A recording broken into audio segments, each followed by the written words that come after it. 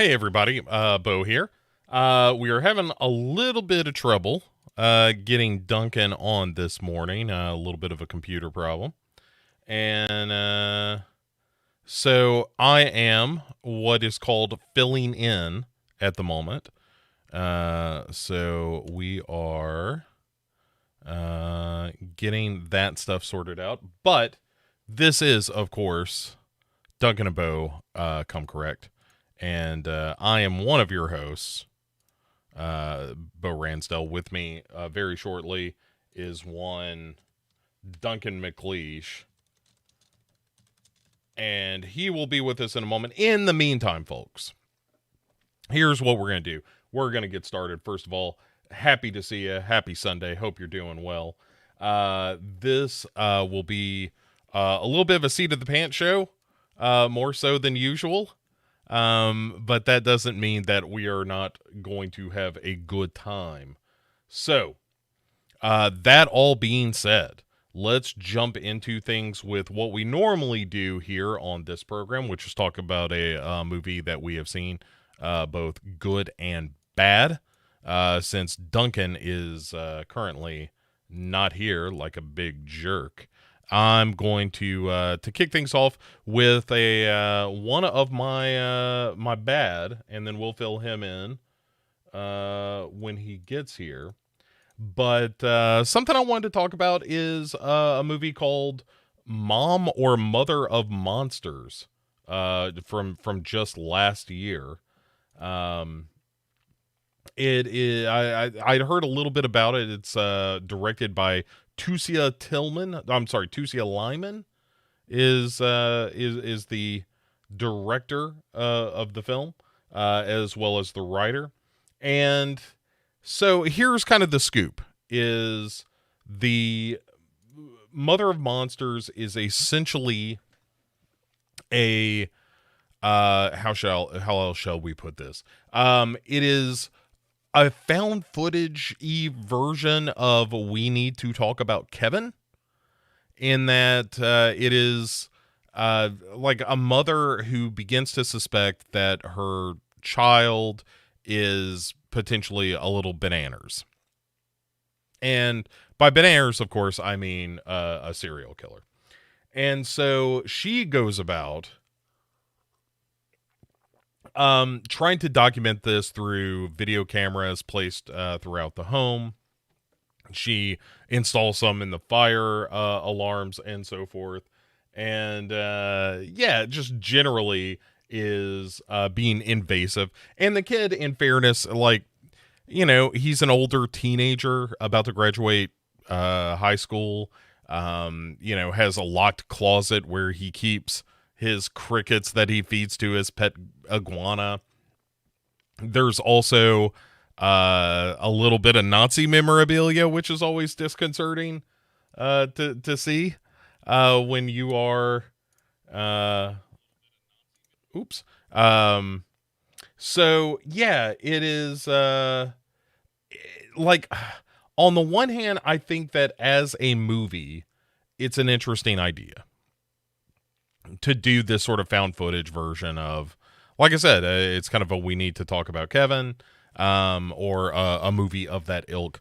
And I like a found footage movie. I'm a bit of a sucker for a found footage movie. I like them just fine. But there is very much a thing about Mother of Monsters that feels a little sloppy in its execution, because they're one of the things throughout the film, and slight spoilers for Mother of Monsters, aka Mom, if you plan to see it, is that it is a movie in which the main character, the mother of said monsters, there are implications that she might have some mental health issues of her own, and so they kind of muddy the waters a bit as of as to whether or not is this really her perception? Is her son really disturbed? Based on some of his behavior, it seems like he very much is. But then as you progress through the story, there's some indications, well, maybe not so much. And I think that muddying the waters like that doesn't really do the movie any favors. Like, it doesn't make it more layered or nuanced or complex. It just makes it a little more muddy in terms of who am I supposed to be rooting for in this scenario. And I'm still one of those people that believes you kind of need a character to hang your hat on for the duration of a film, and that's what keeps you going through a narrative, which is a bit of a bummer when you come to the end of this movie. And like I said, I think the idea is pretty sound, like a found footage version of this story of, hey, I think my son is a serial killer, so I'm going to put all of these, cameras around the house, and I'm going to surveil him a little bit and just try to figure out, like, hey, is my son truly disturbed? And I think there is something really interesting in that premise.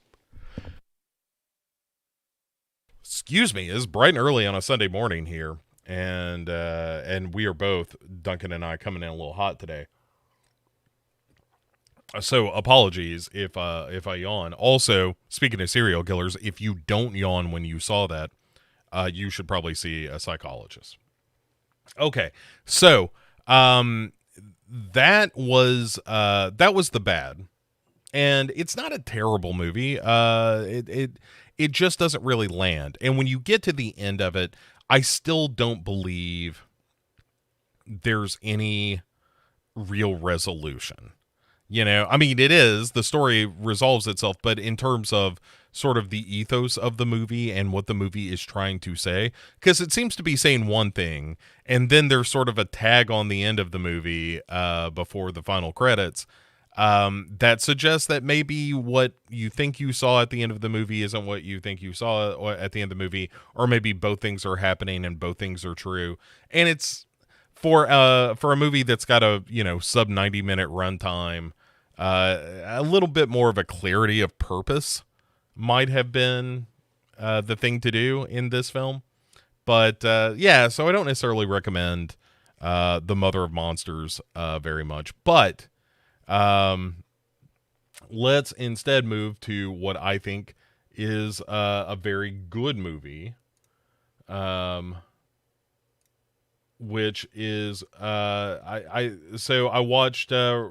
This is slightly non-genre, but Roadrunner, the documentary about Anthony Bourdain, that has come under a little bit of scrutiny on account of the director using some AI to sort of manipulate the dialogue of the film. So, Anthony Bourdain kind of narrates the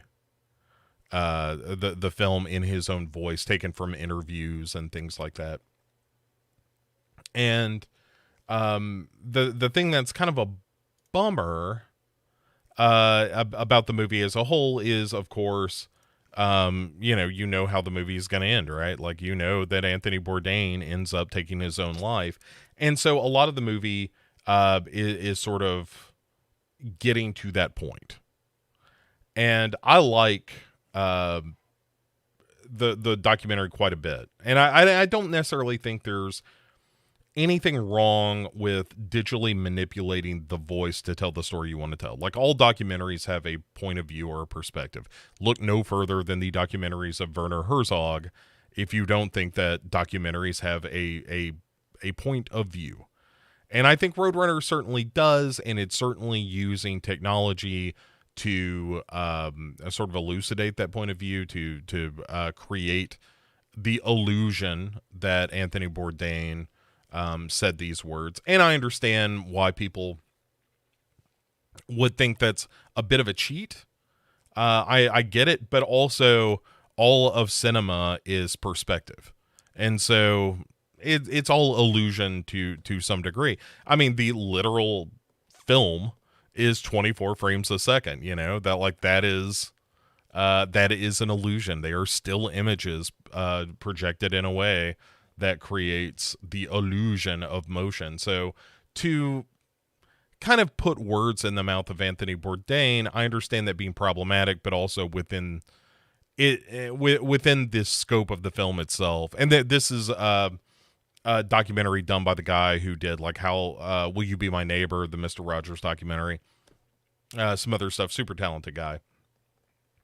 But yeah, that said, okay, so controversy aside, on that mess, how is the movie as a whole? It's very good, and weirdly, I know nothing about Anthony Bourdain, which is weird. I know almost nothing about Anthony Bourdain or like Places Unknown or any of that stuff. I knew of him, of course, but I didn't really know him.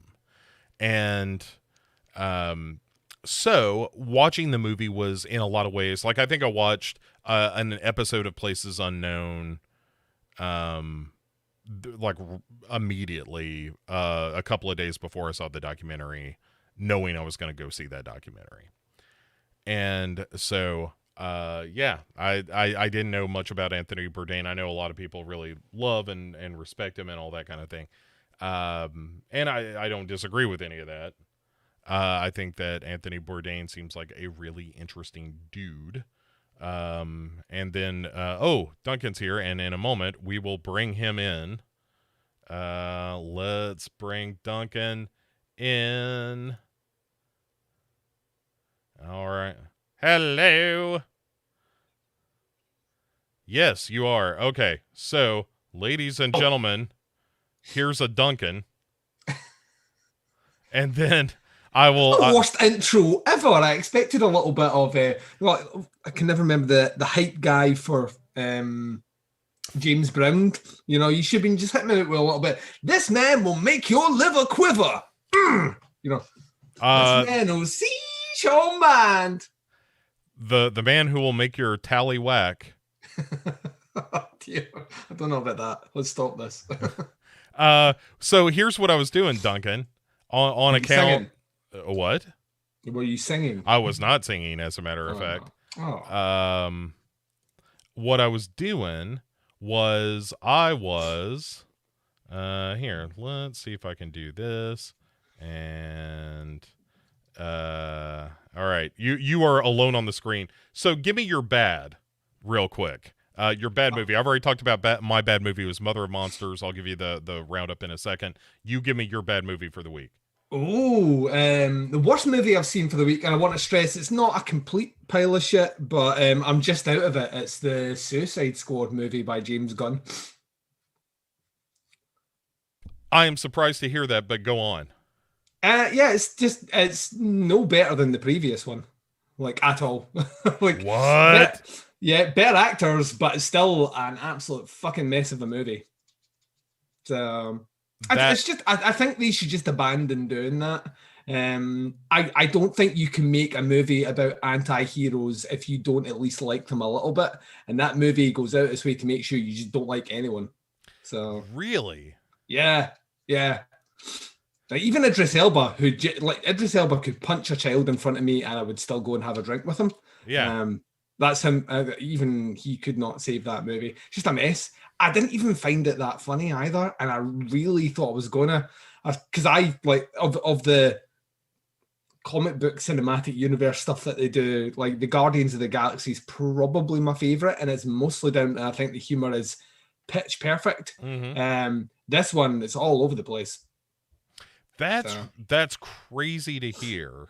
Mm-hmm. And I think it's just because like I had heard such good things about the 98% on Rotten Tomatoes, 98%, and I literally don't know what movie those people saw because it's not the one I saw today.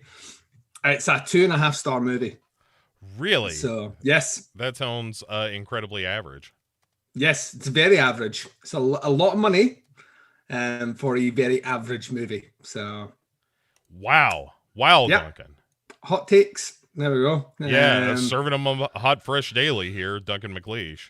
Yeah, I genuinely went in optimistic and hoping for the best, but I think it is a slightly more vulgar version of the previous movie, and that's not enough to add the charm that I want from it. So, yeah. Well, that's a bit of a bummer. I think we have our images set. Derek, thanks for tuning in. Yes, this is in fact a Cavity Colors Godzilla t-shirt. Thank you for noticing. Oh, very Um nice, boy. yeah, well, Oh. that's why I get paid the big bucks. Um yeah, man, that's a real downer. Cuz Yeah, again, I got plans to see it. I still probably will cuz we're going you to go. should totally still go and see it because I should never be the kind of benchmark or testing pole for these sorts of movies, but I calls it like I sees it. Um, so yeah, like my wife's a little bit she was a bit more down on it than I was, to the point where she come out and she's like that. Yeah, I preferred the first movie, and I was like, well, that's wrong. That's a wrong, that is a wrong statement. But yeah, she didn't like it, and she's a total mark for those sort of movies. So Yeah, I'm again very surprised because I tend to like those movies as well. mhm. Hmm. All right. Well, but we're gonna go to finish kind of my previous thought. So we're gonna go see it at the like 4D kind of thing. Yeah, You know what I'm talking about? The D box stuff. yes, I love them. Yeah. So we're doing that, and it's kind of like, well, even if the movie's not great, that'll be kind of fun. The experience, yeah. I Yeah. mean, like I said before, it's not the worst movie you will see this year, but it's definitely the worst movie I've seen this week. So All right, fair enough. And also, I went ahead with my good, oh, and I'll finish my kind of thoughts on it. But my good for the week was that Anthony Bourdain Roadrunner documentary, so want to see that. and Looks really, really good. it's quite good. And just a brief recap. I was talking about the fact that, like, yes, I know that they used some AI technology to create Anthony Bourdain saying some things that he did not actually say, a couple of Mhm. lines here and there in the movie. But my point of view is kind of, who gives a shit? That's movies, you know. Yeah, Like, even documentaries, and the example I used before you arrived was, if you don't think documentaries have a perspective, you've never seen a documentary from Werner Herzog. Also, I just don't think. What's the point of watching a documentary if it doesn't come from a perspective? Right, right. Like, I watched that Woodstock '99 documentary also, Mm. and that is 100% a movie that has an agenda going in. And I Yep. don't say that in a negative way. It's just like, hey, we are here to examine this through this prism. Yeah. But that's the human nature, right? Like, everybody's got perspective. Well, if if you're a director, right, you want to tell stories, right? That's the whole point. So, like, by its very nature, if you're a director of documentaries, you should still be going in because you have a side of a story to tell, the one that is the most interesting, maybe not even the one you necessarily believe in.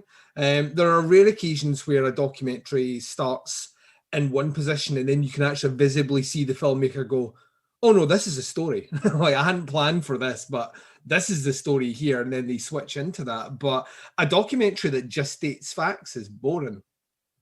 Right, and it lacks context Yeah. as well. And that's why you watch a documentary, is to put a thing into some form of context. 100%. And Like, we watched. Remember when we watched the act of killing for this very fucking podcast many moons ago, yeah, and we sat down and watched that. In fact, we did two documentaries on that show. We did that one, and we did Best of Enemies, which is Best of Enemies. same director as Roadrunner, as well as Will You Be My Neighbor. He directed all of Yeah, those.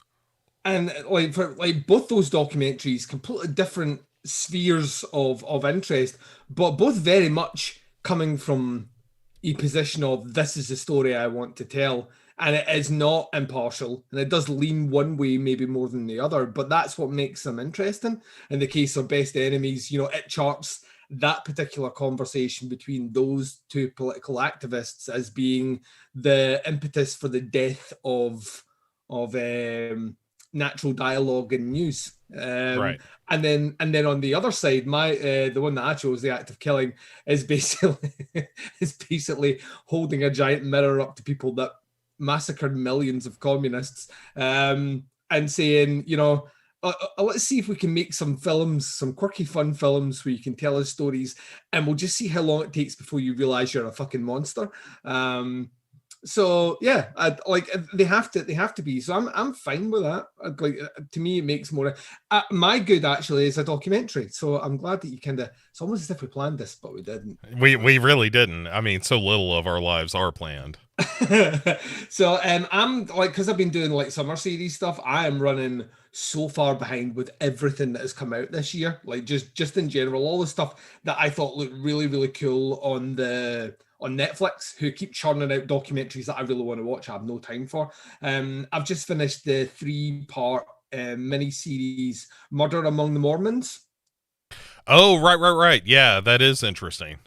I didn't know the story, so I watched the first episode and a half thinking the worst thing had happened to this guy that was wanting to, sell some documents he's found. And then that takes a hard turn in the middle where it's like, oh no, he set the bombs and he's a fraud.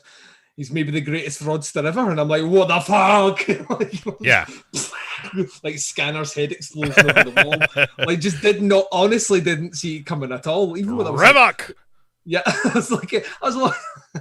was watching it and because the police, like in the second episode, the police are like arresting him. Like the guy just like got out of an exploding vehicle and you're arresting him. This is what's wrong with the police. And then they're like, we searched his house. There was no evidence there. Then we found a receipt and a different name, which tracked us to this, which tracked us to that, which tracked us to bombs. And I was like, oh my fucking God.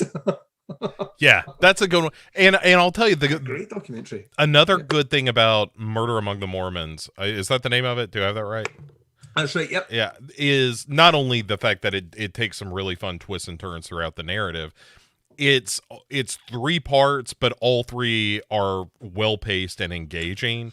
So 100%. It doesn't have that like wild country problem of you've got like a whole episode and a half where you're like, nothing's moved. Right. Like, yes, I've spent a little time with Sheila, but this doesn't forward the story of what's going on at all. And it doesn't really tell me any more about her because I already thought she was shady as fuck to begin with. That description there, are you describing Wild Country? Are you describing season 2, episode number 7 of Slasher? Dude. An episode which progresses nothing, like does nothing for a whole, it treads water for an entire episode. Doing nothing. I was shocked. Dude, I text you. I messaged it on the Facebook thing, so that I am dumb. It's not often we say this anymore, Bo, but the fucking balls on Aaron Martin not to do anything with that. You know what I mean? He's like that. It was a done deal. It was a closed case. Book him, Dano. Right. I fully expect. Well, as listeners of this program will know, we fully expected at the end of episode 7 we were going to get the reveal, and then all of episode 8 is now let's deal with the fallout of that and figure out who our survivors are and that kind of thing. Mm-hmm. The fact that this, we'll obviously get to the very conclusion, but the way that this thing ends had my jaw in my lap. Yeah, it was the same. I just kind of went, why? Like, just when this show's went out its way to really just like shit in your lawn, right in your front garden. Yeah. As they say. It doesn't even have the courtesy to pick it up. That must be a UK expression or a particular Scottish expression. There's a very good Scottish comedian called Kevin Bridges that I recommend that you check out. He's from Glasgow. He's a very funny guy. And how he would describe that is he would say, someone comes along and takes a shite in your kettle. That does sound very, very Scottish. Takes a shite in your kettle. Yep, the big old shit right in the kettle bowl. You can't use that kettle after that. No, yeah, you just have to throw a shit kettle out. It'd be a different story. You imagine that scene in Twin Peaks. It was like, someone dropped a Duke in the percolator. Oh, Pete. Oh, Pete. Yeah, there would be a full-on, like, Dougie spit take at that point. Dougie. Oh, man. Oh, man. Oh, Dougie. How I love you. Yep. Speaking of, I guess let's get into this. Let's just do it. Because there's a lot. I almost said there's a lot that happens in this episode. This episode has a lot of scenes. I don't know that that a lot happens in those scenes. Well, this is the one that kind of finally gives us the setup to what happened to Talvinder. Right, I think we're still to get one more thing. I mean, you're not wrong, but also kind of who cares because we already know. Well, yeah, but the thing that I found really, and we will get into it in a bit more detail. They try and play her off as an innocent, like Talvinder as an innocent for a little second, for just a hot second, and then they switch that really quickly. And then I was like, yeah, I hate Talvinder even more than I did before now. Like, she's like easily the most hateable character in the history of the planet. And I'm putting her right beside people like Hitler, like all these people. Like, she's right there. She's fucking like a horrible, nasty, like vacuum of a person. But what it did do is it showed me that there was a time, right, where Dawn was like the nicest hippie girl in the history of hippie girls. So bubbly, so nice, so caring, and Talvinder made her the woman carrying the gun. Yes, Talvinder is directly responsible for Dawn being the aggressive, untrusting person she is today. Yeah. Okay. And that's the best bit of this episode. Everything else, shite. Yes. Like this whole episode could have been 6 minutes long and it would have been fine. Yeah, of course. But this episode could have just not been here. We could have just wrapped this in, made the last episode, I don't know, 55 minutes long, finish it up. Right, but what kind of show are we running here, Duncan, if we have 7 episodes and not 8? You know what I'm saying? That's got to end in an even number, Bo. Right. So, all right. Let's get into this. So, maybe one of my favorite worst cold opens in the history. That's what I was getting to, because it's only about 2 seconds long. And it's terrible.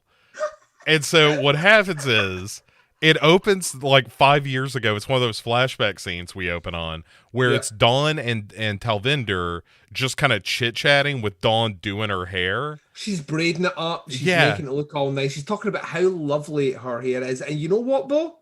They're friends. Yeah, and she's like, bitch, when we get out of here, we're totally going to get a place together. And oh my God. Yeah, it's just them being real buddy-buddy and Talvinder being like, really? We're going to get our own place? And Dawn's like, you know it, girl. And as she's kind of playing with Talvinder's hair, then we cut immediately to the present where Dawn's doing the same thing, only now... a corpse. Yeah, to the corpse of Talvinder, which then just slips off and falls on her. Yeah, the logistics of this don't make any sense, right? Out with the myriad of things that don't make sense. The logistics of this one scene don't make sense. She's standing at the side of her. The hair kind of gets caught in her fingers, and she's like, "Ew!" Like, why do I keep having flashbacks? And then when I flash forward, I'm doing the thing in my flashback. Right? Why am I caressing the hair of this corpse to begin with? Like, I got to be honest with you, Duncan. I think you are a wonderful person. You're a dear friend. But if I had at any time done your hair, I would never in my life think, well, I hope I get the chance to do this with this corpse. Yeah, only I know how he liked his hair touched. Right. And life. Oh, yeah. Like, look, Duncan told me before he died, I know he didn't write it down, but he said he wanted me to do all his hair and makeup for his funeral. Yeah.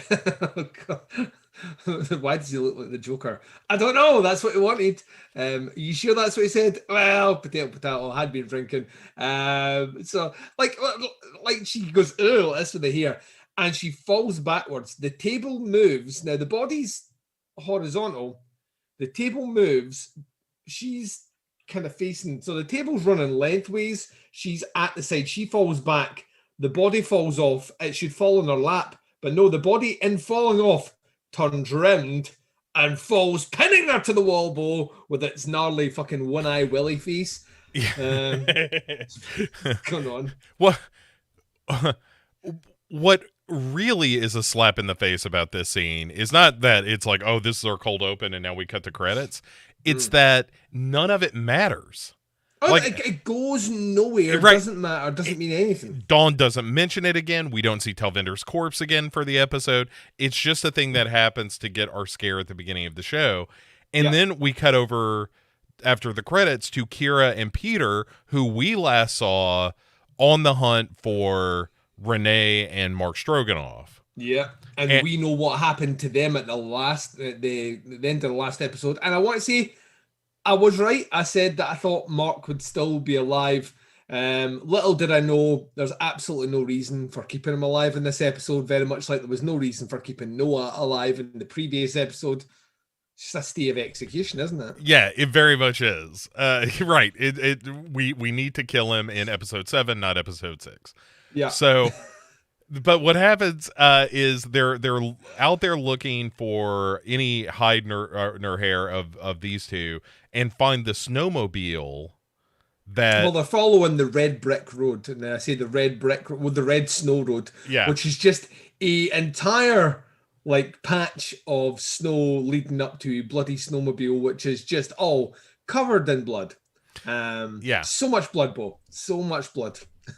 And so they find first they check to make sure there's no gas in it. They try to start it up, and they're That's like, the thing about this. Like, Peter does that, right? Kira is mortified. Kira's looking for whatever has hit this thing and caused all this blood. And Peter could not give a fuck. He's like, let's get this thing started. Come on, let's get look, number one, let's see if these dilithium crystals work. And Kira's just, she gives them, there's a couple of steps in this episode where you get the feeling that the show's trying to maybe throw a little bit of a narrative that Kira doesn't know Peter all that well. Yeah. I mean, we'll get it later on, specifically in the, the Never Have I Ever game. Just can't stand the fact that we're still pretending that it is not 100% obvious who the killer is in this show. Yeah, like I am annoyed that, like, oh man. All right, we'll get to it. Let's get through this scene. We'll get there. So, so Kira is the one who finds Renee's mangled body, which, in fairness, is a pretty gnarly effect with her like guts coming out and her having never been an issue with this show. Yeah, when they go big on the effects, it does pretty well, and that's maybe the best thing we can say about Aaron Martin at all. Yes, and it's the thing that he doesn't do. That someone else does, right, from a different department. Yes, I agree with that. The best thing on this show that Slasher does is not done by Aaron Martin. Which, again, not a shocker. By the way, worth pointing out, I somebody in the Discord chat the other day mentioned, I think it was, Jason Gray said that there's a new promo reel for season 4 of Slasher that's like an intro to the characters. And just an FYI, Robin and Dawn are back. Well, I think they're in everything, aren't they? I think they're in all of them, yeah. And there's probably some more holdover characters, but are they famous in Canada or something? That's why they keep getting carried over. Because I can understand in like an American Horror Story, you bring over, like, I don't know, Oscar award-winning actress Kathy Bates, Oscar award-winning actress Jessica Lange, Sarah Paulson, who has won all the Emmys that ever existed. Evan Peter. I can understand that. Maybe what I don't understand is Robin. Yeah. Yeah, I think they're Aaron Martin famous. That's a level of fame that I never won. Look, hey, I'll take any press I can get, Duncan. If Aaron Martin wants to put me in a season of Slasher, I'm there. Well, the new season comes out this month on Shudder. So. Yeah, so we're going to be a little bit behind that, but we'll get there. We'll get there for Christmas time. Yeah, and honestly, yeah, and David Cronenberg looks like he's having a good time in it, and that's all I wanted to see. And it looks like he's having fun. I hope that he doesn't die in like episode 1 or 2, which is certainly a possibility. Why would you do that? Why would you get the Cronenberg in and then kill him off so early? Because you're Aaron Martin, and you make a lot of bad decisions. Because you don't want him to know what sort of show he's actually in, so you get rid of him offset quickly until he finds out later. Yeah, where he's like, "Hey, Aaron, Is it all right if I look at some past seasons? Oh no, you don't want to do that, David. No, this is season one. This is season one. It's a whole new Netflix thing. Don't even worry about it. We got a bigger budget, and Robin's coming back. Robin, who is Robin? Oh, don't even worry about it. He's our gay Batman. It's fine. Front of me. He's got a bad script. So anyway, they go off hunting for Mark Stroganoff, who it turns out is alive but injured. He's busted up. And Kira... I'm not dead. I'm just very badly bruised. Look, how about we just leave him in the snow? I don't think he's going to make it. What I love it is like, instantly the two of them do that thing where they're like... You know, they're like they're both like kind of trying to be nice to each other, but as soon as one of them turns around, the other one's like staring at them. They instantly distrust. Kira is the most trustworthy person out of the three here, because she's like, Mark's okay, yay, and Peter's like, oh yeah, Mark is okay. Yeah, he's given like a snow cone for his busted lip, and or Kira is. Oh yeah, that's like. What you give a kid when they won't stop crying. And yeah, Mark Stroganoff. Snow cone. Oh, this is cherry. This is good. And then Mark Stroganoff is like, hey, not for nothing, but the killer has the gun now. He's got a gun.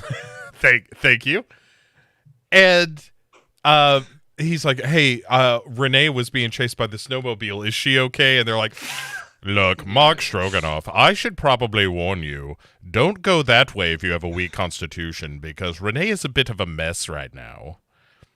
She's basically says, you know what, when they say things like it's what's on the inside that counts, well, you're going to get a good look at that. You know, here's something that I learned today, Mark Stroganoff. When you put fresh intestines on the snow, it makes steam. Yeah. That's something I know now. And so they Mark is real busted up about this, and they're like, what were you guys doing out here in the first place? And Mark Stroganoff says, well, Renee was looking for proof. She thought she knew who the killer was. She was looking for proof, and she went in there, but she wouldn't tell me who it was that she thought was the killer on account of this being a poorly written show. Yeah. And so they head inside to see what's what. And while it's Kira and Peter in there, and while they're in there, Kira's like, you know, I think it might be Dawn who is the killer here. Yeah. And Peter's like, what? Dawn? No way. She's a wonderful person. You just need to get to know her. And especially in an environment where people aren't dying all the time. Yeah, well, she hits it with the thing that I said right at the very start, like episode 1. I was like, it does seem suspicious that she's the one that packed the gun and she's the one that convinced everyone to go up onto the mountain. And this is why you don't do things. This is why I don't suggest to do anything with anyone, Bo, because if anything ever falls apart, it can't come back to me. You're right. The real message of slasher is never do anything with anybody or go out of doors. Yeah, never leave your house or make plans with anyone. Yeah, it's just a good rule. And as they're looking around, they realize that all the files from all the camp counselors have gone missing. Mm-hmm. And then we get a cutaway back to the cabin where Judith, Wren, and Dawn are all hanging out. And now, once again, Slasher is assuming, Slasher is assuming that you as the audience still think that Wren is a real character and Dawn has just forgotten what it looks like. Yes. It's, oh my God. The more you think about it, the more your head hurts. Yeah, and the more like I'm offended down to my soul. But but Dawn is just kind of thinking out loud about the fact like, oh my God, this place sucks. Somebody here wants me dead and we don't know who it is. And Judith is like, oh, well, it's certainly not me or Wren. And she's like, what? Yeah. Well, this is the other thing, right? The other side of things is, right, that, because I'm not going to let this go now. Episode fucking 7. This episode should have started with essentially what is the end sequence, but done in a different way.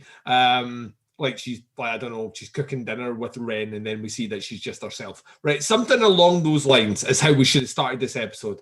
But the show is working on one of two ways. One, you as the audience still think Wren is a real person and no one has recognized him. Or two, you as the audience know that Wren isn't a real person and we are seeing that Judith has lost her mind, but we still need to show Wren on the screen and not just Judith losing her mind and speaking to no one now, which is the obvious thing we should be doing in this whole episode. Like, Wren should be gone now.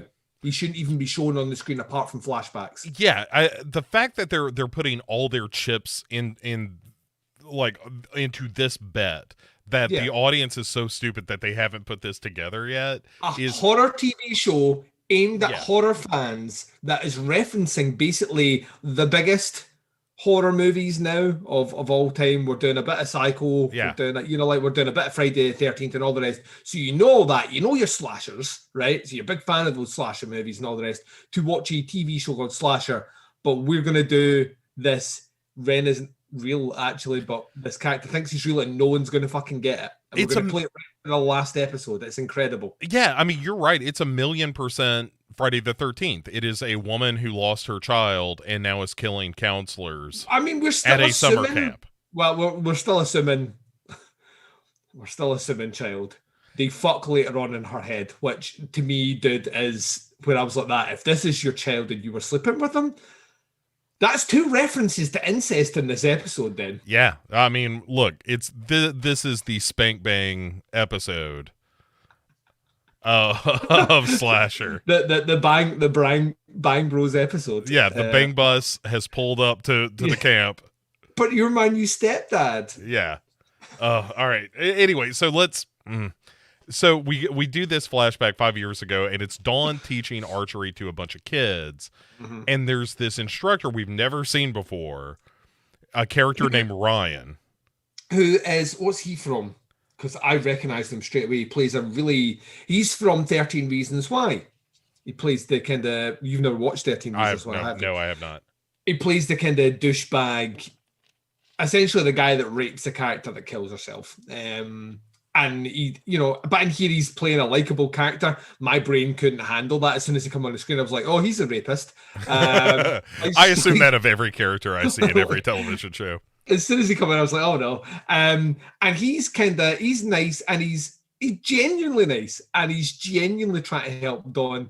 And I quite like this scene. Actually, once again, I think we said at the beginning, Dawn was my MVP at the start. She's the one that I really wanted to survive. We know that she's not gonna, because we now have her flashback, which means she's not going to survive. Right. We've not had a Peter flashback yet, which will be the next episode. Most likely the last episode, I think. But Dawn's on her way out. Like she's not going to survive this show, which is sad, because the more I get to know about her, the more I'm like, she's easily the nicest. Like, she is a complete innocent. She is 100%, well, until the end, obviously, until we see what she actually did with Talvinder. She is a 100% complete innocent character here.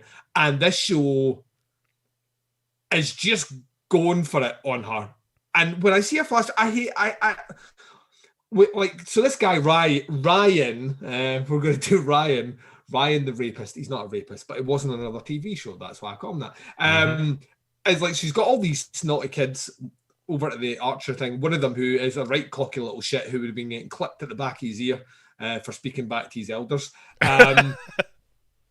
You ever speak back to me like that again? And put that fucking fake golf ball back on that one. That's for your protection, so you don't fucking swing around and take someone out with that arrow, you little shit. Anyway, and Ryan comes over, is like, and she's like, no. So they do like a close scene where he helps her use the arrow, and of course she wings it. And everyone's like, ha, ha, ha, ha, silly woman can't fire arrows. And then out of nowhere, she's like that, Hawkeyes it right in the center, practically goes through 3 arrows that were already in the center to hit the center. Yeah. And we're like, ooh. Right. And even Ryan's like, what the fuck? What happened? Like, damn. Yeah. Damn, Dawn. And so Ryan and Dawn go walking off in the woods, And Dawn is Even these, by the way, just leaving these kids with all these. Like, yeah, it just hey, you kids don't shoot each other with the bow and arrow. If you do, wave, and somebody will be along shortly. It's like get in a hand, an arm, a shoulder, a foot. Don't get in the face or the abdomen. We'll get in trouble for that. All the other ones we can cover up, so it'll be fine. Yeah, if you've been hit by an arrow, it's like the COVID vaccine. We want you to sit here for about 10 minutes. If you're bleeding profusely, then let somebody know. Otherwise, just pull it out and go on with your day. But yeah, so Ryan and Dawn abandon these children with a bunch of bows and arrows. Protection on the arrow is something they can actually take off themselves very easily. Yeah, it's just like you said, it's just a wiffle ball on the end that they could just pull off. It doesn't like you don't even have to unscrew it. You just pull with about like 1/10 of a pound's worth of pressure, and it comes right off.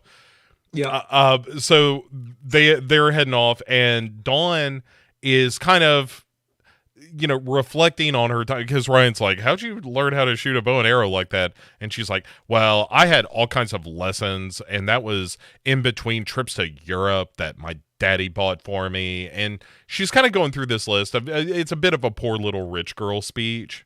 Well, that's how it comes. It starts to come across that way, and then she catches how it sounds, and then she pivots it to, I know it sounds like, oh, woe is me, but actually the trips to Europe were just ways of my parents getting rid of me for the summer. So, like, basically they shipped her off. Yeah, and there's a nice moment here where Ryan asks her, why did you miss the first shot if you were so good at archery? This is why I love Dawn as a character. She has a fucking proper arc. She's the only one that has a proper arc. And she says it's because most guys don't like to be shown up. They don't want the girl to be better at them than whatever. And he says, look, I'm not like that, Dawn. I'm not like the other guys. This is my move too. I'm not like the other guys. Just that we're getting an insight into the Ransdell maneuver. Yeah, it is. If you want to take notes, here's the Ransdell maneuver. And he says, look, I don't care if you're better than me at something. I just want you to be you. And he starts to go in for the kiss, also part of the Ransdell maneuver. Mm-hmm. And she ducks under it, though. Yeah. And she's like, not so fast, Mr. Thing. And like, then, you gotta find the magic word. It's right. Like, God damn it, Nedra, please. Hold on to your butts. And so she leaves and is heading for Talvinder, who is talking to Owen. Well, yeah, she's late to meet Talvinder. Yes. Talvinder's sitting with the picnic basket, very Yogi Bear. She's kind of sitting at a park bench with a picnic basket. And we can see the back of this guy in a green shirt, different outfit. So he's not a camp counselor. Right. This guy's 1,000,000% Wren, though.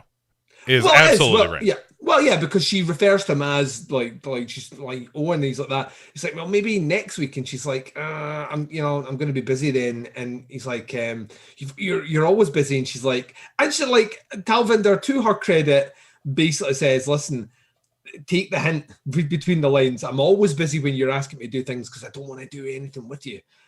And Owen's like, but I think we'd be really good together. And she's like, I don't. And here's my friend coming now. And then he's like, puts his head down and walks away, as if we are supposed to take away from this that only Talvinder knew Owen's face. Fuck this show, by the way. Fuck it hard. Well, and also just as an audience member, the show is playing coy because you only glimpse him for a second. And I guess the thinking is that some dummy watching this show would be like, wait a second, is that... Owen? We saw his headshot get taken in the previous episode as the character Owen. So, you're right, it's a glimpse and he kind of turns around and walks away and I'm like that. It's clearly that guy. We clearly know who it is. He's clearly fucking dead because the show's told us he's dead, which means he isn't real in the real world. Yeah, it's so dumb. So, after Wren leaves, Dawn is like, oh my God, was that Owen guy bothering you again? And then she listens to Talvinder for about 2.5 seconds, and then she's like, you are never gonna guess what happened with me and Ryan in the woods. And she goes on, and like she's very enthusiastic, and she says, that like she wants things to be different with Ryan because she really Yep. likes him and isn't Yep. she's not trying to jump into bed with him or anything. And Talvinder is just like, look, it's just a summer fling. Just go ahead and fuck this guy. And Right now, yeah. Once again, remember this remember this statement for each scene later on, including Peter. right, She goes. This is why I hate. This is why I physically despise Talvinder as a character. yeah, This show has made her what should be our sympathetic character, right? The fucking spawn of Beelzebub. Like she is the mistress of lies. it's all for you, Talvinder.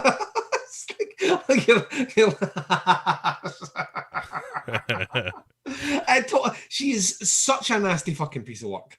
Like such Yeah. it's such an evil woman. And you will get more information. But remember that she does like that was the bit that kind of like at first I was like, all right, I can kind of see where Talvinder's coming from. And then they shows the scene with Peter later on where she's been like far too clingy and far too all about this isn't a summer fling. And I'm like, whoa. What are we doing here? Yeah, Like, well, all right. So this scene ends though with Dawn giving Talvinder this necklace with a key on it. yeah. And she's like, this was super expensive. This boyfriend gave it to me, but I hated him. So now you can have this. But it's super expensive, so you're welcome. Yeah. And so we leave them and go back to present day in the woods where Kira, Peter, and Mark Stroganoff have put the pieces of Renee onto a sled. They lift the body and they're like, it's a real kind of, well, let's do this right. You're like, are you ready on 1, 2, 3, 1, 2, and they start lifting up and then her hand falls off. Right. Yeah, because she's just a mess at this point. It's just, it's all just crap on the ground. Which makes me wonder why we're moving her. Right. I assume the idea is like, well, if we leave her out here, she's going to get ate by the wolves, which we haven't seen in about 4 episodes, but We've not whatever. even heard them howl once. Yeah. And we were cooking a person a couple of episodes ago. Yeah. You think they would come sniffing for that? Like, hey, what you guys got in there? Smells good. Yeah, is that a robin? Or you have some cooked robin? Because we could definitely go for that. Also, there is nothing more delicious than a gay Batman pan-seared. Yeah. Which was in fact the case. But also thanks to Derek for pointing out that Mark Stroganoff is a great name for this character. We agree. And yes, so like right from the start, we locked in on that one, and that will be his name forever. Yeah. So Mark Stroganoff is clearly upset about all the pieces of Renee falling apart. And Kira is the one who's like, hey, I think there are some pieces missing. Like, I'm kind of a jigsaw puzzle person, and I just at a glance, I think there's something not here. Yeah, I think there's like an important thing, like a hand or something. Yeah. Yeah, important stuff. And then as they're pulling this pile of goo back on a sled, Peter leans over to Kira and is like, listen, I don't want to say anything in front of Mark Stroganoff, but I've got to tell you, Kira, I think maybe he's the killer. He's got quite the cover story, on account of, being hit by the snowmobile. And Kira's like, wait. So you're saying he hit himself with a snowmobile? Hit himself with a snowmobile. This is how stupid Peter is. This is where you can see in her eyes, she's like that. Maybe I've like backed the wrong horse here. Yeah. Can't change sides, guys. Look, I'm not saying it would be easy. That's what makes him such a clever killer. He's like, but the idea is maybe he's working with someone and that someone has the gun. Yeah. And so later on, back at the cabin where they're storing the impromptu morgue that they've got going on. This is literally it now. They've managed to now corral all the bodies into one warehouse. It's like a really small version of the warehouse at the end of Indiana Jones. Who do you have working on these corpses? Our best people. And like so all the bodies are piled in there, and Mark Stroganoff goes basically to pay his last respects to a character that he genuinely had some affection for, even though he was a bit shouty to her and questioned her whole relationship with her, our kind of husband, our life partner in the previous episode. He obviously did have a lot of he lived with Rennie for a while, and cared for her quite a bit. And as he goes kind of rummaging around the body, as you do, Sure. no better way to pay respects and go rummaging around like a corpse. That's my rule of thumb. There's never been a funeral I've attended that I haven't checked the pockets. Like that, you can't. No point in you taking them with you. Might as well be with me. Do you know how many watches I have thanks to that? The death watch wall. And he pulls it from her hand. He finds one single photograph that has clearly either been planted or she managed to keep a hold of while she was getting run down horribly by a snowmobile. And that picture is that of Peter, which leans into a suspicion that Mark has had for a while, that Peter is actually your killer. So we now have two camps. We have Mark, who thinks Peter is the killer, and Peter, who thinks Mark is the killer. And three camps. Kira, who thinks Dawn is the killer, and like Judith Soon, who thinks that Wren is the killer. Yeah. Fucking stupid show. So fucking stupid. So here's the thing, Duncan. There is no way that season 3 could be dumber than this season. I've been told that season 3 is dumber than this season. I've been told it's worse. Believe that. I've been told it's worse. I can't believe that. We didn't think it could get worse than season 1, and look where we are now. Yeah, you're right. It's like when you go into a building and you go into the elevator and you're like, right, well, what's this got, like 4 floors or something? And then you see that there's a lower ground level, a lower ground level, and a basement level. And you're like, there's 3 floors down? Yeah. I didn't even know this. Sub-level 3? What the fuck is on sub-level 3? Yeah. This is us. This is us in this show. The Slasher has levels worse than this that we just don't know about because we can't see them yet. Aaron Martin has like extra gears of stupid. Like just when you think it's like 5th gear is as high as you can go, he's like, Here's like, so like he is basically the Doc Brown, but instead of saying, when this baby hits 88 miles an hour, you're going to see some serious shit. That word "serious" is just out. When this baby hits 88 miles an hour, you're going to see some shit. Like literally what this show is. You're just going to see some shit. All right. I get the feeling every season it just hits 88 miles an hour in a more spectacular way. So. I mean, I hope so. So Kira, meanwhile, is hanging out in her room or whatever, examining the literal blood on her hands. Yeah. And then Peter comes in and is like, look, this is probably not the time to tell you, but I find bloody women very hot. Well, he comes in and stares at her in the creepiest sort of way and then walks down, holds her hands, and then, in the best decision that this show has ever done, they have taken the advice of DBCC and they have followed the time-old tradition of they should be fucking both. And fuck they do. Mm-hmm. I assume that there's some 69ing.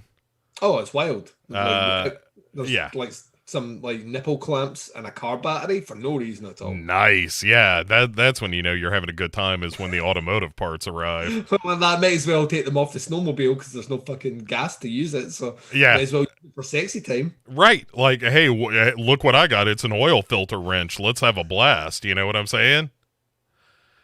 I don't even know where that goes, but it's going somewhere, Duncan. I don't know. I'm going to start using phrases like "give you a tune-up." I don't know what it means either, but here we go. That's what you ought to say to Corinne next time sexy time comes around. Like, I'm going to give you a tune-up. Like, what will happen is the next time I come on here, I'll have a fucking black eye and a busted jaw.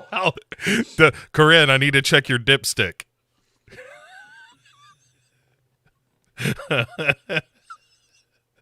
Yeah, this show's just going to be called Bo Comes Correct. Bo and the urn of Duncan come correct. That's right, Duncan. Nothing. I'll get, like, what I'll do is I'll get one of those remote control devices so I can kind of jiggle the urn to make it seem like you're talking. I'll be like, shite. Ah. Oh, Ben Laurie. It'll just be the Monty Python lady voices. Either that or you're going to imagine that I'm a Wren-like character. Oh my God. It's just an empty screen every week and you're just having a whole conversation and everyone's like, does Bo know that Duncan died? I don't think he does. It would either be the sign that like mental illness had finally claimed me, or the greatest meta joke in history. It's one of the two, and I'm for either. Well, we did do a whole season of me being a robot, so Yeah, that's true. Aren't you? don't know. Am I? Don't tell me that. Not just now. Not like Yeah. this, Bo. Not like this. It's a real replicant situation we've got on our hands here. All right. Anyway, so let's do another flashback because we don't have enough of those in this episode. There's another flashback slasher. Yeah, and so it's Talvinder and Dawn, and it's where Dawn's kind of revealing the story of her stepfather, which we'd heard alluded to when Talvinder like goes off on everybody. Well, she like basically like does the scene from Clue where she opens the envelope and knows everyone's secrets and then spits them out at absolutely everyone. Which at least we now know how she acquired this knowledge here. But then it makes me wonder how she acquired the knowledge for everyone else. I'm assuming everyone else had a heart-to-heart with her, which doesn't make sense when you think Susan clearly never liked her. Like, so no. Susan... Oh, well, they were at the same school though. That's why they were at the same school. That's how she knew about Susan, because she said that. Yeah. No, this right, was... so that's how she knew the Susan thing. But she like clearly everyone else had told her. They must have. Otherwise, how did she know? Yeah, and this is the moment where we get Dawn saying, "Yeah, I was." They're talking about being the other woman. Dawn's like, Yes. "One time I was the other woman," and it was with her stepfather. And she's like, "No, not like that. It's not like." Well, that's where Talvinder goes. Talvinder starts to go, "I'm really sorry," thinking it was like a molestation thing or a grooming thing, and she's like, "No. I initiated it." Yeah. She says, "My mother had terrible taste in men, and I just decided to prove it to her." But she also backs that up with, "But I feel terrible about that, and that's not how I want things to be with Ryan because that guy's hot." Mm-hmm. And Talvinder says, "You know what you need, Dawn? You need a wing woman." I've never heard that sentence before. Heard of wingman. Do women need wing women? Who doesn't need a friend, Duncan? I mean, yeah, a friend, but I don't know if like women, guys, like we're just terrible. Like any guy listening to the show, you'll know that. Like guys need like a pep talk, like a coach pep talk before you go and like try and make the moves and all the rest. You need someone there to hype. You need a hype guy. Like, who the man? Yeah. You're the man. Like I don't think women need that. Well, I think women are just like generally better than guys, so they don't have to worry about that shit. I think it's kind of a predator prey situation where guys tend to hunt in alone or in small packs.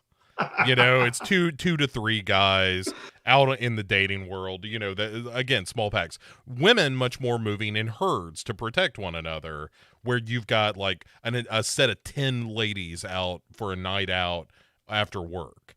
But they've got this big group so that the weak and the infirm don't get gobbled up by the guys hunting in the smaller packs. And so I think Talvinder here is like, look, we don't have a lot of girlfriends around, so you let me help protect you, and I'll see what's going on with Ryan, and I'll report back. And we're all like, that Talvinder, maybe she wasn't that bad, but there's an ulterior motive here.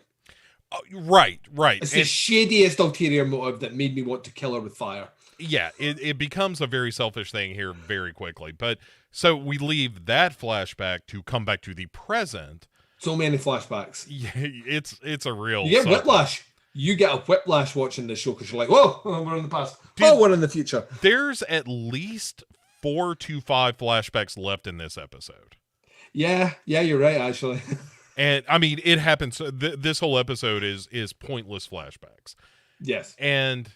So we move to present day where Mark Stroganoff is having a beer at the table with like everybody sitting around in this common room. Ren's here having a cold one. Oh, he sure is. And Mark Stroganoff is like, "Hey, I'm going to get another beer. Anybody want another beer? Peter, you want a beer? How do you feel about a beer, buddy? You want a beer? Hey, how about a cold one? Boy, a cold one would be good right about now, wouldn't you say, Peter?" And Peter's like, it's so warm in here. Yeah. All right, well, if there's no Earl Grey, I'll have a beer. And he goes up, he cracks a cold one for Dawn, cracks a cold one for Peter, slips something into his drink. Yeah, slips him a Mickey, which is one of my favorite things in any kind of entertainment. I genuinely thought you were about to say that's also the Ransdale maneuver, and I was busy, Bo. Like, Duncan. let's not go. It's new on the No. Ransdale. What do I work at EA? No. Oh God, I don't have a Cosby suite. That's terrible. no, Uh no. no, I'm sorry. That was Blizzard Activision. EA's got their own problems. Blizzard Activision is the one that has all the Yeah, it turns out criminal like behavior. every large company, mostly headed up by men, has problems. Dude, it's And crazy. the shock of, I mean, but I'm surprised that people are still surprised about this. Like, to me, I just assume everyone's bad. Yeah, well, Like, all men everyone is are, yeah. bad. Yeah, like yeah. Oh, that's what I mean. Every man is a bad man until they have proved they're not. That's just my default stance at the moment, because the more I hear about these companies, the more I'm like, what happened to having a job that pays the mortgage? Like now it's like, I need to have a job that pays the mortgage so I can abuse my staff and sleep with them all. Like, when did that become a thing? Dude, let me tell you just from personal experience. I've done a fair amount of, online dating Mm, over the years, like you do when you're single in your 30s and 40s. yeah. And the number of women I've gone out with that were just like, thank you for not sending me a picture of your dick. It's unbelievable. Like, Shocking.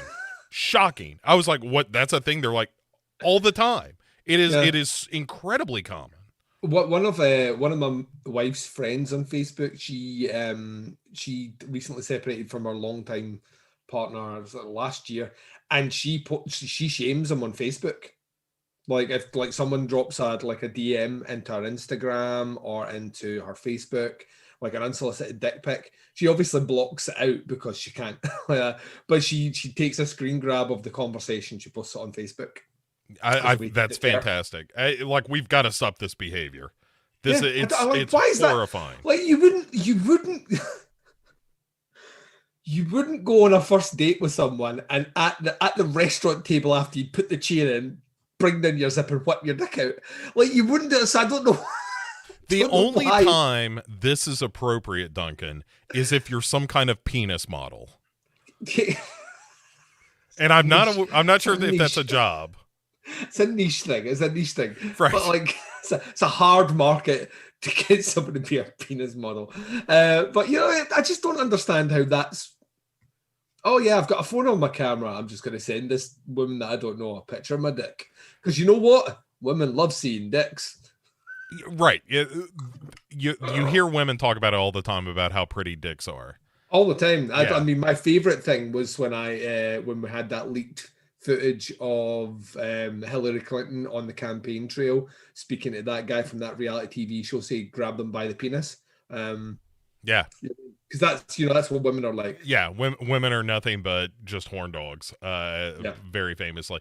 Yeah, it's stunning. But anyway, so yes, we're slipping Mickeys into Peter's beer, and then as soon as they give Peter this beer, Dawn's like, "Oh my god, I know everybody. How about we play a drinking game?" This game is genius for two reasons. Because one, it's designed in such a way that Peter's going to drink all his beer very, very, very quickly. Uh-huh. The second reason it's kind of genius is it inadvertently starts to show how much of a scumbag Peter is right in front of Kira, who he's just slept with. Yes. Yeah. Yeah, it does do double duty in that way because, well, it starts off with, okay, never have I ever dated Andy.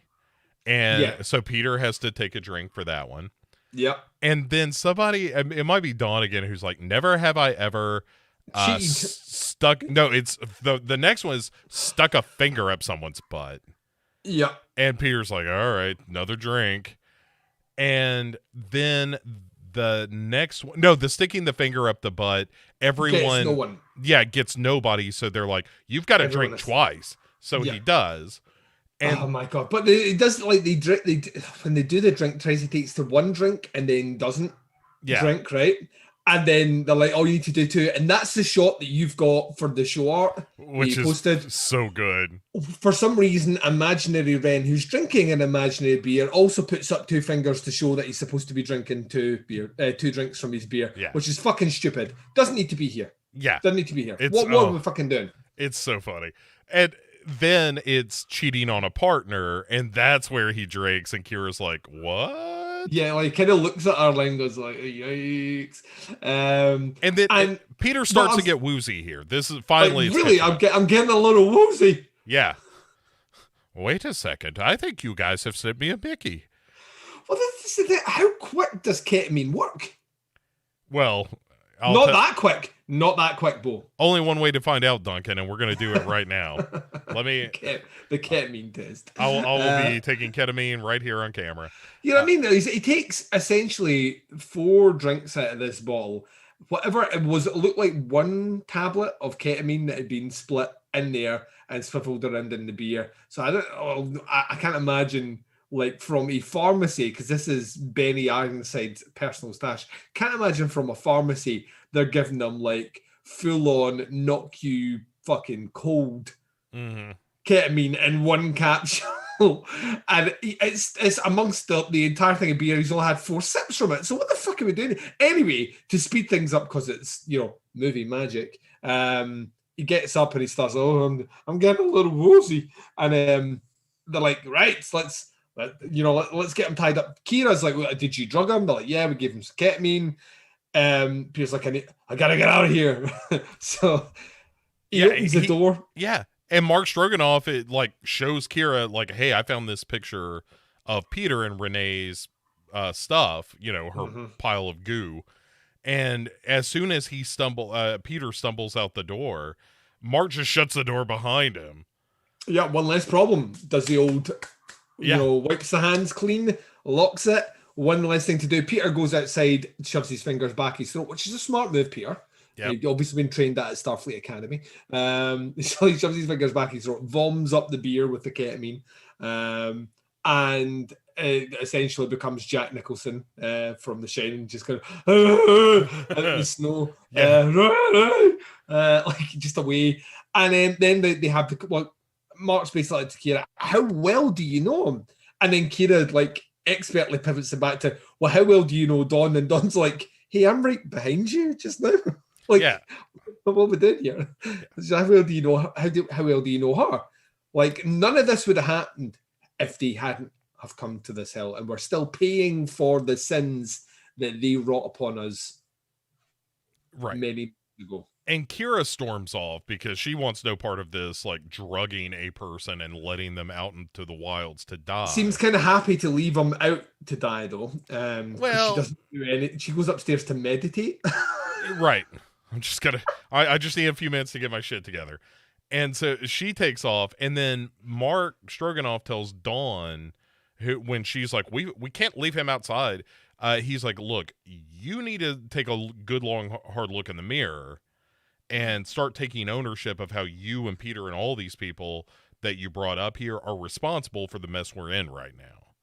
Yeah, they're responsible for the mess we're in. And like I've said before, clearly that isn't the case.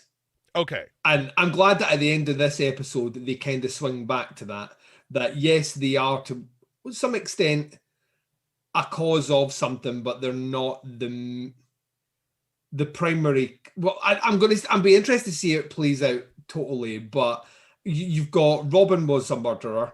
Rennie clearly had it in her to murder. Benny Ironside was a murderer. Mark Strong, or Stroganoff, or whatever we're calling him, he helped people get away with murder, and Kira accidentally killed someone. And Judith, will get into her next week because she is actually a fucking multiple murderer. Yeah. She's fucking multiple Migs. But they literally the show wants to have its cake and eat it too, and it can't. On this, where it keeps playing it that the people in this cabin are somehow the victims when every single one of them is not. And that's the guilty party thing. And that's obviously, we're going to get a bit more into that on the final episode, I think, but then I don't think. It's probably just going to be as dumb as, well, Talvinder died and Owen loved her, and Owen killed himself because the police were investigating, but Owen was actually the son of Judith. And Judith so happened to be here, and then she went crazy. I will be shocked if that is not the case. We were, well, let's put it this way, we both thought that Wren would be revealed as not a real person in this episode, though. That's true. That's true. But the slasher outdumbed us again. I was just thinking about this as well. Remember the previous season had a inexplicable post-credit sequence. You know we're getting one for this season. Oh, I hope so. All right, let's. What I want it to be more than anything is that we jump forward a year later and we actually find that Talvinder didn't die. She escaped and started up a new life somewhere, and she comes back to the scene of where she escaped from that, and it wasn't her body at all. So everything was just wrong. I've considered Talvinder still being alive before as well. I did, and then you talked me out of it. So yeah, and I still, I don't she's think dead. so. But I think she's dead. Yeah, I just can't put anything past this show at this point. But that's the thing, is like that seems too ridiculous, but also too ridiculous in slasher are completely juxtaposed ideas. Yeah, it's too ridiculous, but also too ridiculous to pass up if you're Aaron Martin. Right. Yeah, right. If like Aaron Martin pitches that to you, you would be like, Aaron Martin, that's a stupid idea. And he'd be like, aha, stupid like a fox. and there you'd have it. But all right, let's do a little bit of a flashback roundup, because we got a bunch of them all in a row. So much flashback to catch up on here. So there's Talvinder and Peter in the woods after some fucking. Yeah. And where some of that good dicking that clearly has been going on for a while, and she finally turns around and she's like, so when, like, we're a couple of weeks away from like leaving here, when are you going to tell Andy about us, and what are we going to do, how are we going to make this work long term? Long distance relationships are a bit difficult, but I'm going to move in with Dawn, and so we'll have a place, and we can do this and we can do that. And he's like, yikes. Awkward. Right. Well, she's like, when are you going to break up with Andy? And he's like, well, listen, I'm not saying I'm not going to break up with Andy, but I'm just, keeping my options open. The summer's coming to a close, and I'm keeping some doors open. Which, once again, is why if Peter is the surviving character from this show can go and fuck itself. Yeah, he's one of the worst people. He really is. Group. He really is. He's like got no redeeming features at all. Like they might as well have just said in the audition, how much of a shagger are you? Oh, you're a big shagger, right? Then you can be Peter in this season, because that is all he's done.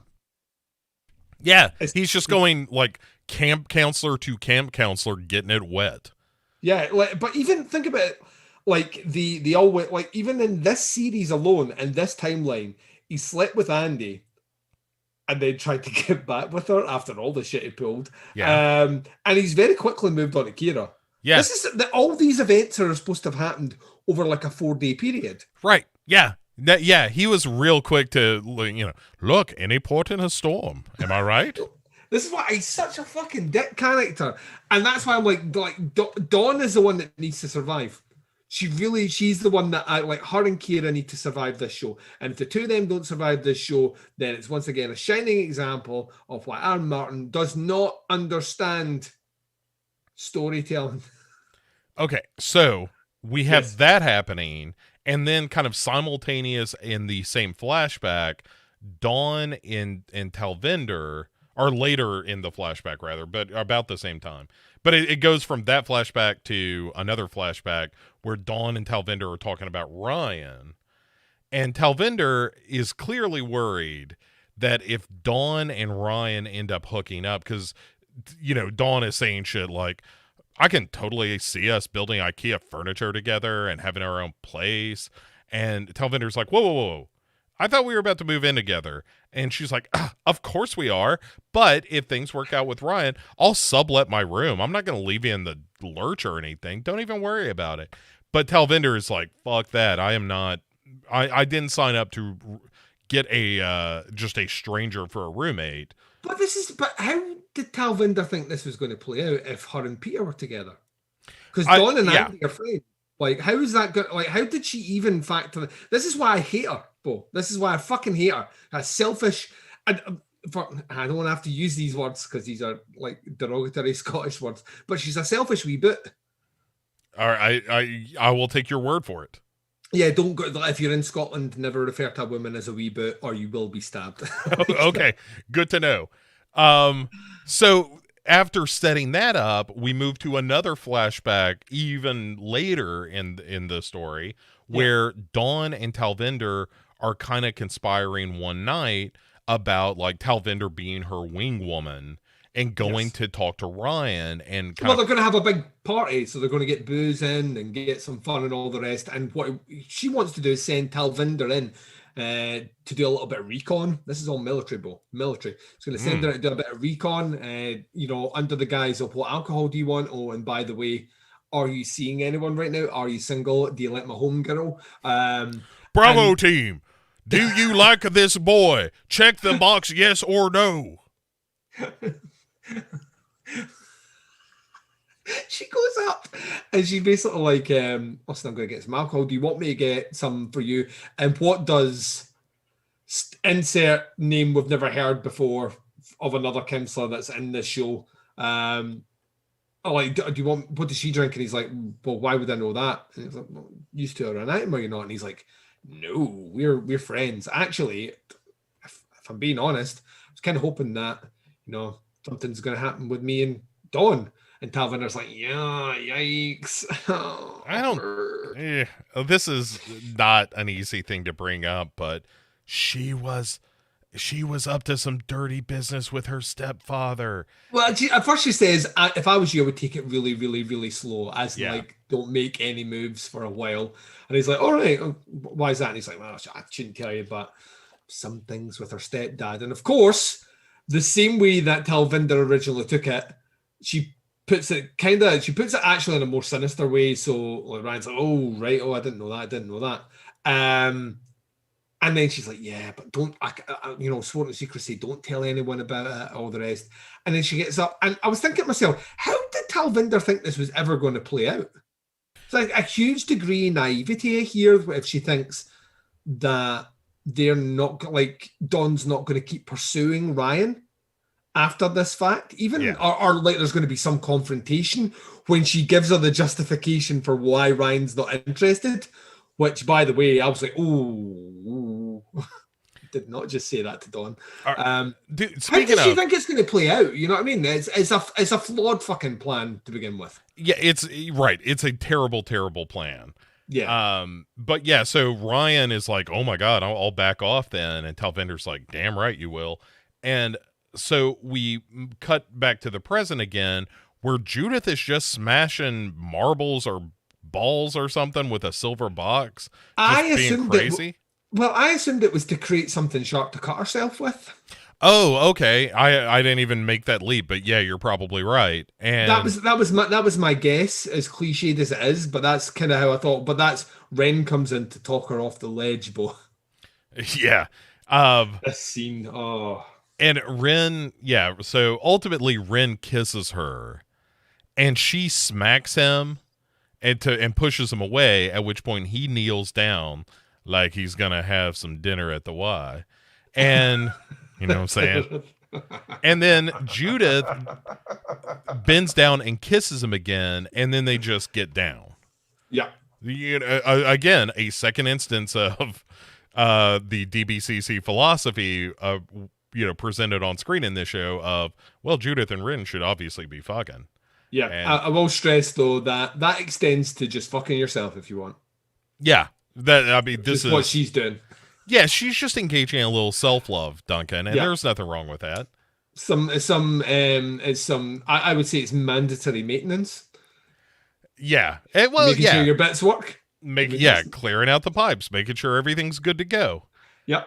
And so we leave that little love nest to Peter, who is just wandering around in the dark, in the snow.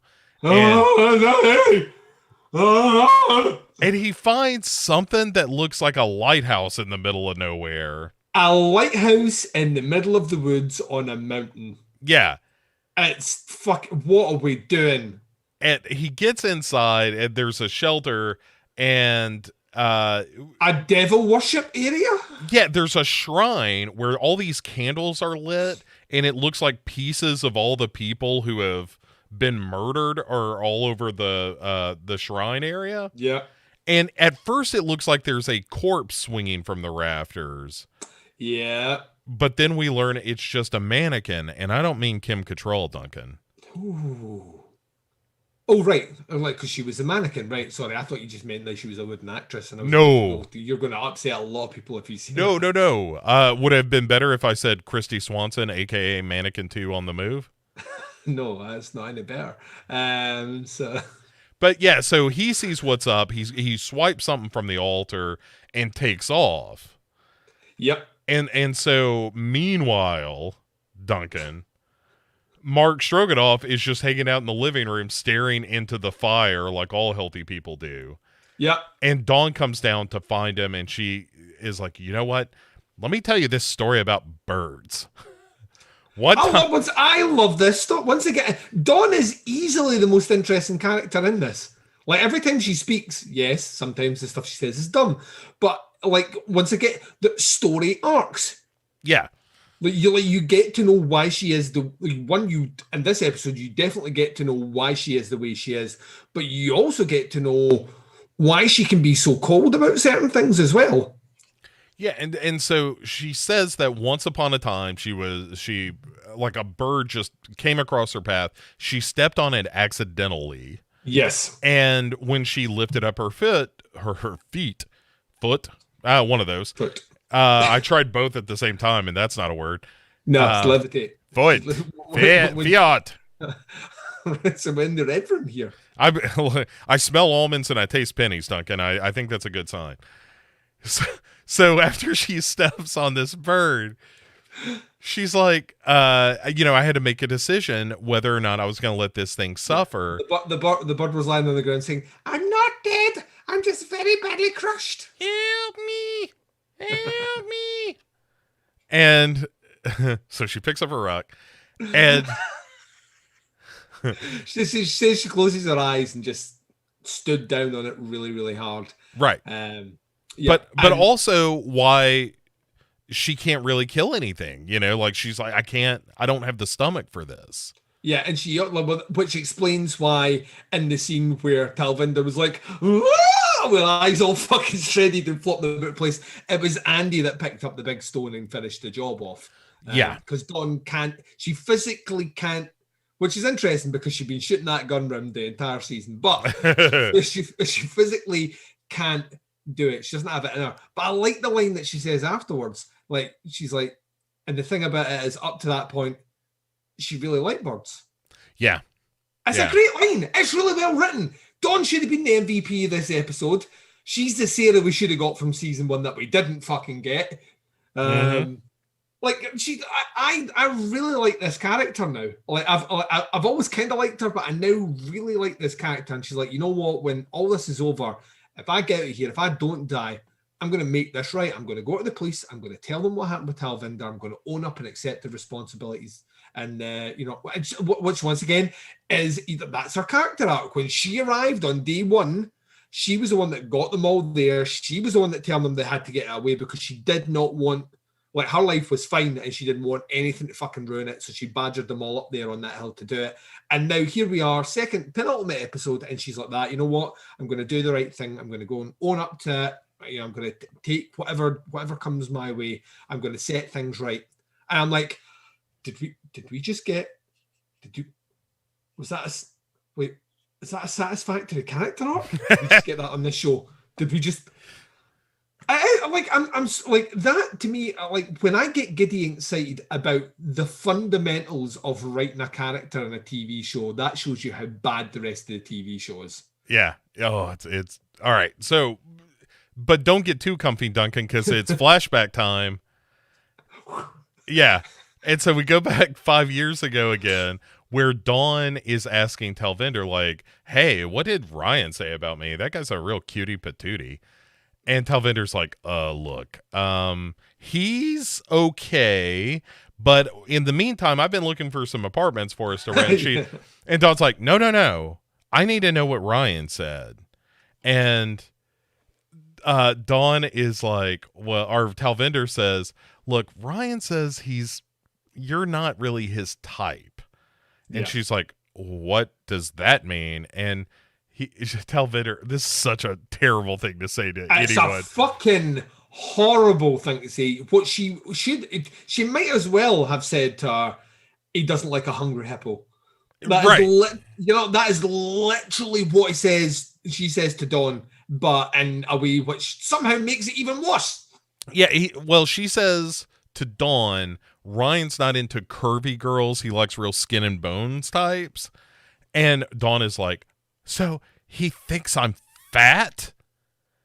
And then we go to this drunken party that all these counselors are having, and Dawn has let loose. She's doing what Duncan does at Christmas parties for work and is no longer invited to Christmas parties. You know what your fucking problem is? You're a dickhead. You know what your problem is? You're a dickhead. You know, you're a good guy, actually. We have a lot of fun together. But you're a real cocksucker. Yeah. And so while she's laying into Ryan about being, where she's basically like, I'm just too much woman for you. And he's like, first of all, Dawn, you are very drunk.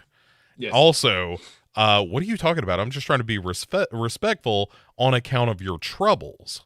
Yes. And she's like, wait a second, what troubles? And he's like, your stepfather being a little whoo-hoo. Yeah. And I think that's exactly how he puts it. And then Dawn, as it would say in the last podcast, unless molest. Yeah. And Dawn is like, wait a second, that's not what happened. Wait a second. And then they both look over at Talvinder. Yeah. And then she looks up and she does Wrath of Khan. She goes, Talvinder! Right. Talvinder! Talvinder is like, from hell's heart, I stab at thee. Like, because she looks at her and she's fucking furious. And I'm like, all right, now we know why Dawn was like, let's leave this bitch in the middle of nowhere. Yeah. Which, once again, is not about what they were planning to do with her. Is, to me, is like the least. I'm not into, like, no one should be their own judge, jury, and executioner. But in the grand scheme of things, what they were going to do to her is nowhere near as bad as what she did to everyone else. Yeah. I mean, we'll get to the moment of the conspiracy, but it's not the worst thing in the world. But yeah, so Dawn just cries and runs off. We go back to the present where Judith and Wren are cuddling all post-coital like. Yeah, like Wren's in imaginary sleep. Just now. And she's like, and she's kind of touching his chest and she's looking around, and lo and behold, in Wren's clothes, does she not find he's got a gun? He does have a gun, Duncan, and she points the gun at him, but doesn't shoot. She can't shoot. Boy. Yeah, she can't kill him because he's a fake person. He's not there. That's right. Why. She should be shooting the floor. And so she kind of slips out of the room so she doesn't wake up Wren. Who's not there. Yeah, and looks in on Kira. Kira's asleep.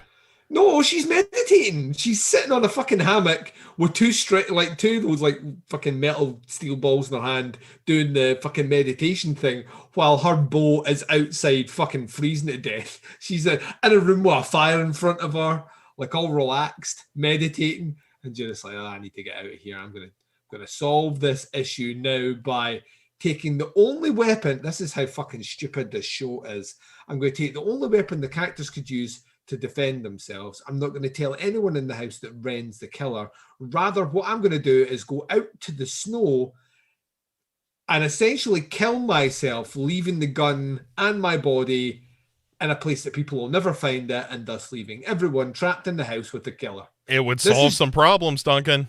Well, in the real world, it solves the problem, but in the slasher world, though, it makes zero fucking sense.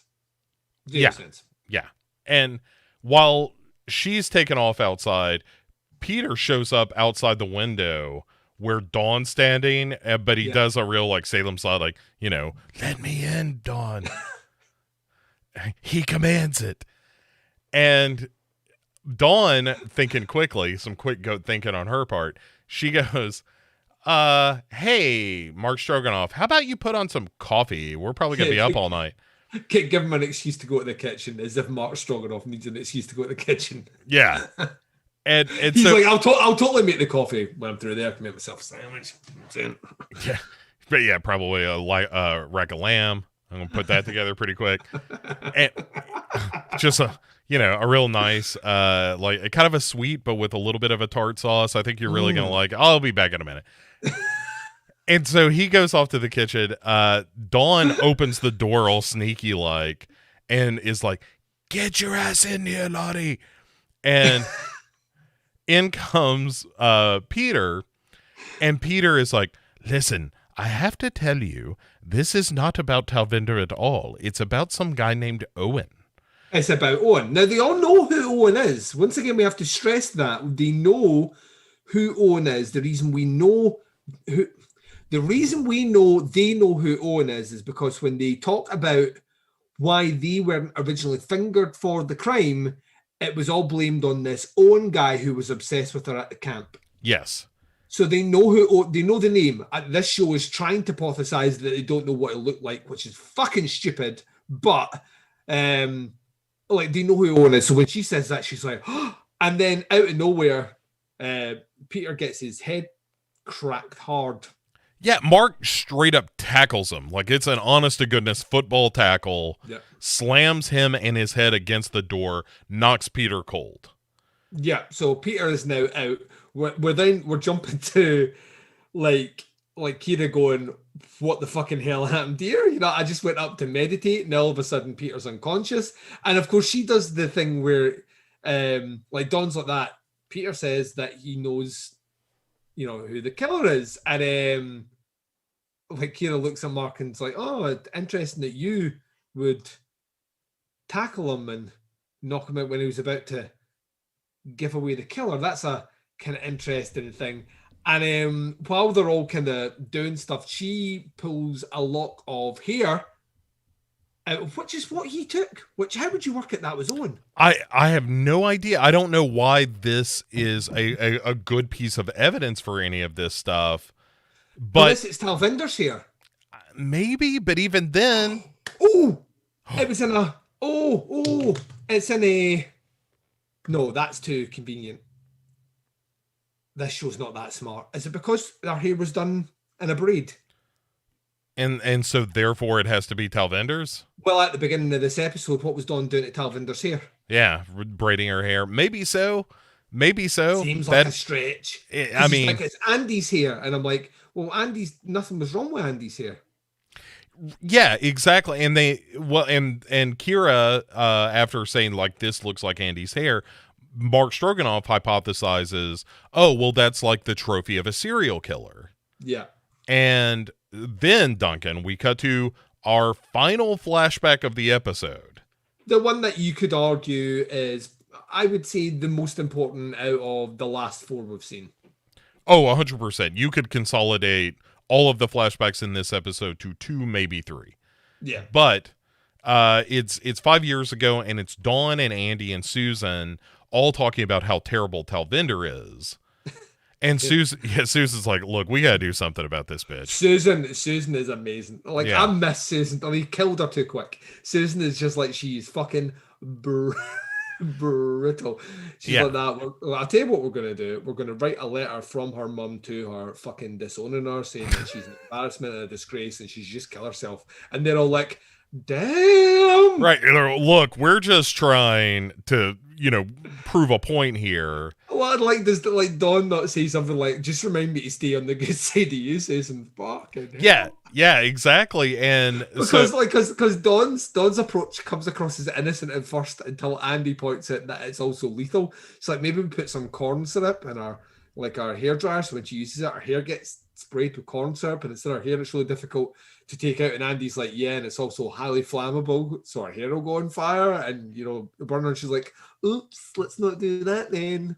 Right, but they all agree, like, we've got to do something that scares the shit out of her. The trial of Talvinder is what they call it. Yeah. And so, yeah, they agree to put her on this trial, and they're like, once we're done, we're going to make her walk back to camp all by her lonesome. Yeah, not and the worst thing in the world. not the worst thing in the world, but certainly a thing that would be inconvenient and would hopefully prove a point. Yes. Give her So time with her thoughts to think of the wrong she's done, which, by the way, made a much longer walk to catalogue the list of horrible things Talvinder's done as a character. Don't like her. Yeah. Don't like her, bro. Oh, Yeah. she's a rotten person, no doubt about that. And so the tail end of this episode is Judith out in the snow, putting the gun in her mouth and like ready to pull the trigger, and Wren shows up behind her. Just in the nick of time. Yeah. And she's like, "You're the killer." And he's like, "So what? Look, we love each other. Why on earth would it matter if I'm a murderer? All I need you to do is to admit to me that you love me and give me the gun." And which she does. yeah, she says, "I do love you." And then they embrace. Back at the cabin, Mark Stroganoff has realized that Judith isn't in her room. Yep. So he's gone out to look for her. Yep. And comes across this clearing where, from the audience point of view, it's Judith and Wren embracing, and now he has the gun.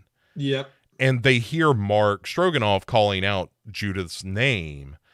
And as soon as he comes into the clearing, Wren lifts the gun, fires, blows the back of Mark Stroganoff's head off, and Judith screams, "No!"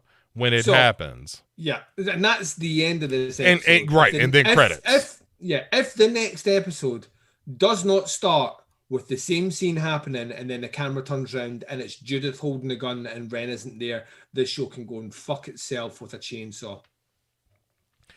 Yeah, I mean, obviously, we like to do a little bit of prediction on this show, considering neither of us have seen the final episode of Slasher Season 2 yet.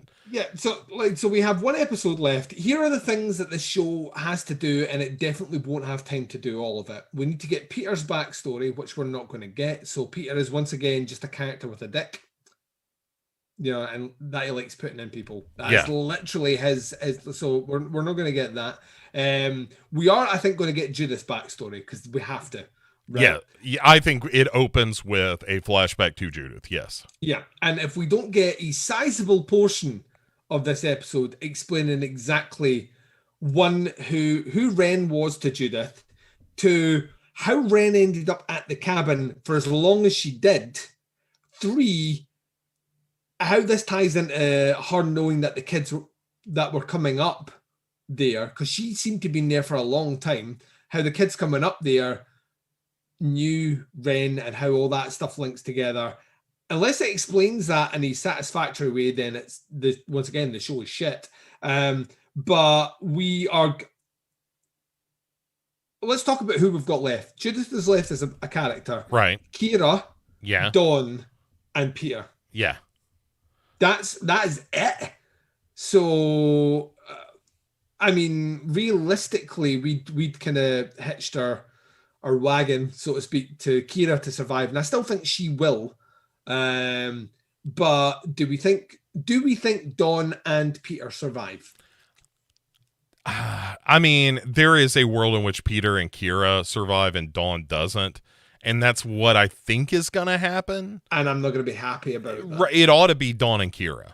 I think so. I think they ought to be the real survivors. She's the redeemable character in this whole thing.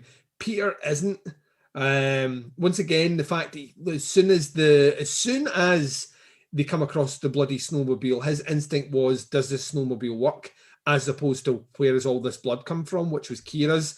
Like I said before, when they do the old drinking game, you start to hear the litany of things that he's kind of guilty of doing. He's not a nice character, and the show hasn't done anything to redeem him out with that. He's very two-dimensional and thus can be removed, whereas Kira's helped everyone throughout this. She's a powerful character as well. I hope we finally get those. Well, we've set up that she went to women's self-defense classes in a previous episode, so I want to think that she's the one that takes down Judith. And then we've also set up the fact that Dawn she physically can't kill anything. That I would like to think that Dawn's the one that shoots her to kill her. Oh yeah, that's a good idea. I had physically stomps on her head. Maybe that'd be fun. Yeah, it's something along those lines where we get a payoff to both those characters. Peter is a non-entity. Yeah. So to me, he's logically, he'll die in an act of heroism, obviously. But Peter's the one to go. Judith dies at the hand of the double teaming effect of Kira and Dawn. And yeah. Yeah, I think you're pretty dead on. Yeah, it's Is Owen or Wren Judith's son? And if so, how are they going to get around the incest? I don't think they do. I think this is the kind of show that's like, oh, that's one of the reasons that Judith is so, kookaburra, is that she had this incestuous relationship with her son. Right. Because I think that's where it's all headed. I don't know how you pull back from that. We could end up with a lot of flashback of Owen/Wren as a character, which I don't think we need. Oh, that'd be real dumb. Yeah, I think we will. Because we got that with Cam in season 1. We've got all his condensed flashbacks of him being like a kid that pushed his mum down the stairs, and then like all that shit that we're like, I don't need to see this. Right, he's a killer. Fine, let's move on. There is a solid 30% chance of a montage of Judith being the one killing everyone. Yeah, and I don't need it. At this stage, no. That ship sailed. That should have happened in episode 6. Yeah. All right. So we've got one more left, Duncan. Almost there, man. So in 2 weeks we'll be here with the finale. Between now and then, though, Duncan. Yes. Where can people find you? I know you haven't really been doing a whole lot of recording recently. So 120 movie reviews over 10 episodes and 60 plus hours worth of recording officially starts to make its way out as of Monday. So this episode will come out essentially almost a week after the first summer series episode drops. Yeah. So that'll be the next 8 weeks. There'll be 10 episodes that drop for the peeps out there. So keep your eyes peeled. There will be a minimum of 1 week, most likely 2 weeks, where there'll be 2 episodes that drop out in those time periods. But yeah, the whole summer series is recorded. It's down. It's looking tasty. And yeah, I'll be making its way out to you. So that's the big thing. You can get that at tputscast.com for the links to everything that you would check, or just check in your podcatching device, Podcast Under the Stairs, and I'm there. Yeah, there he is. And thanks everybody for watching and listening to this particular show. You can of course find everything I do at legionpodcasts.com. Just a quick pitch for our Patreon. Where the Ouija experiment just dropped a new episode on a film entitled Ouija Mummy. And I highly encourage you guys to check that out if you're a member of the Patreon. If you're not, you can sign up. It's only a couple of bucks.